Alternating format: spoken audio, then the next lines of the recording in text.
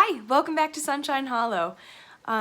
Today I thought I'd break down a few of the projects that we're working on, or not working on. Unfortunately, it's been really rainy and the ground is incredibly saturated around here, which does put a damper on some of the projects that we'd like to get done while we have a little bit of time off. So let's get into it.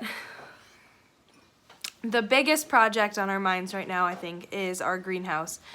We purchased a greenhouse over the winter around Christmas time and have struggled to find time to get it up as we both have full-time jobs and the weather is pretty uncooperative.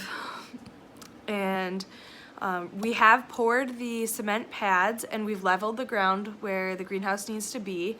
It's just that the ground is so wet that the cement is sitting in a pool of water.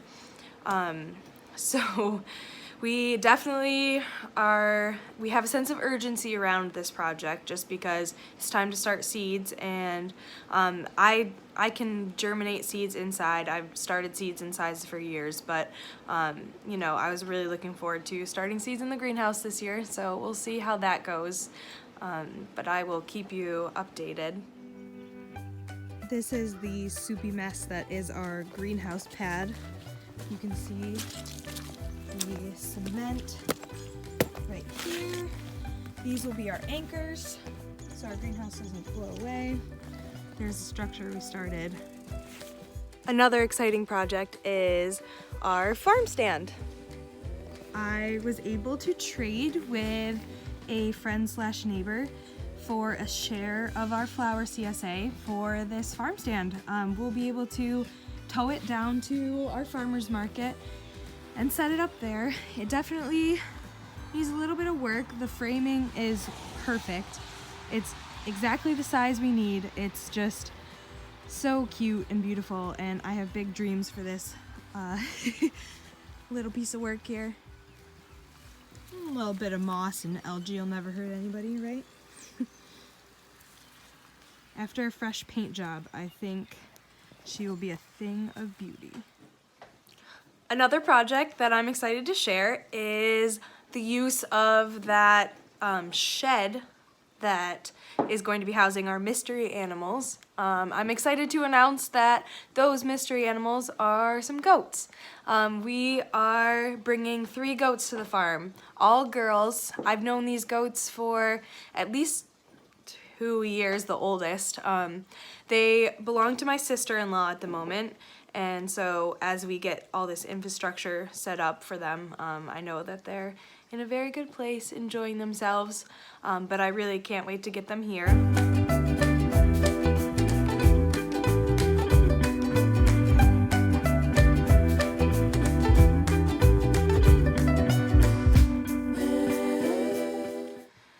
As a human consumer, the industry that I am least excited to support is probably the large factory farm dairy operations. That is something that I don't think is sustainable in any way, and I have personally known people who work in the dairy industry, and I'm just not impressed by any of that. So I am very, very, very excited to have farm fresh milk right outside of our door.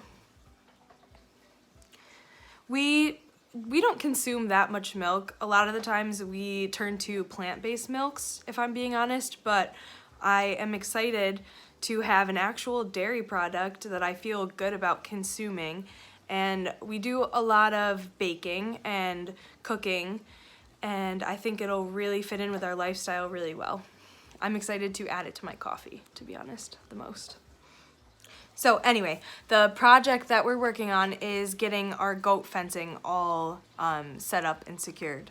And I thought this would be a really good time to share this project and how we are acquiring our fencing posts, just because I know a lot of people are stuck at home right now, and maybe you're considering starting your first garden and you need to put up a fence, but you don't want to go to the store and buy posts. Well, I'm here to tell you that we did all of our garden fencing and are doing most of our goat fencing using locust poles from the forest behind our house. Our garden fence is so secure and sturdy, and this definitely saved us a ton of money when we were putting together our garden fencing. And our garden is not small, so that would have cost definitely more than we would have been able to spend. Hopefully in another video I'll be able to break down how we're specifically setting up the fencing for the goats, but this should be perfect for just your garden needs. And Mitch actually, we were taking down a tree to bring more sunlight to our garden, and he dropped the tree right on our fence, and our gate definitely has suffered from the incident and will never be the same. But the fencing structure itself, it only took out one panel, and it was a massive tree. It could have done way more damage, but these posts are so secure and they really are going to be here as long as we want them to be. So don't feel like you're cutting any corners with this method or anything like that. So this is our gate that Mitch dropped the tree on, as you can see. And this was the panel that got taken down that was so easy for us to replace. You can see our locust poles here. This corner, we've done what's called an H-brace. This H-brace just ensured that we could stretch the fencing as tight as we need, and the whole structure wouldn't be going anywhere. All right, now enjoy the breakdown of how we got these posts ready to go. Today we are up in the woods taking down some locust trees to make locust poles for our goat fencing. So we're using locust because locust has natural rot resistant. It's one of the most rot resistant logs that grow in the Northeast here. So, and we have easy access. A lot of our forest is young locust, so we're just looking for kind of small in diameter, but very tall, very straight locust poles. So I'm like designated dragger. My job, since I don't use the chainsaw, is to drag the big heavy logs down the path and to the vehicle that we can take them down in. We did this for our garden last winter, and I have to say it was a little easier to drag the poles in the winter because the snow kind of acted like turning them into like a sled. So I just like tied a rope around my waist and pulled with all my might.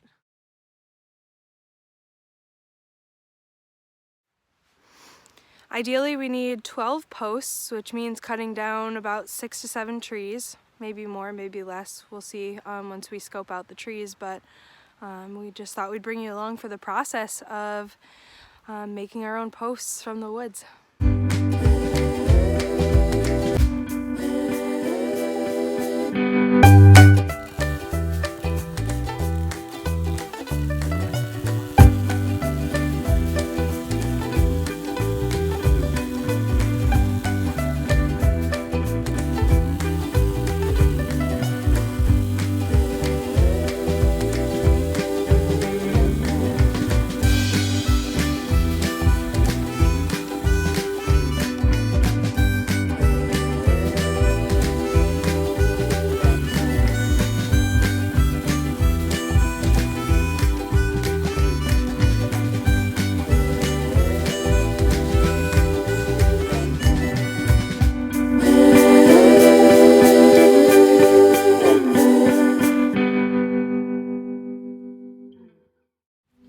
So out of that one tree, we ended up getting 3 posts, and Mitch just sharpened them, which is that video that I just showed. And then now all we have to do on those posts is draw shave where we are going to be putting the post in the ground. Also, just never go cut down trees without knowing what you're doing. Mitch has a lot of training with his job on cutting down trees, and Really, he's been doing it his whole life, so he knows what he's doing. But definitely don't just go cut down trees. Do your research.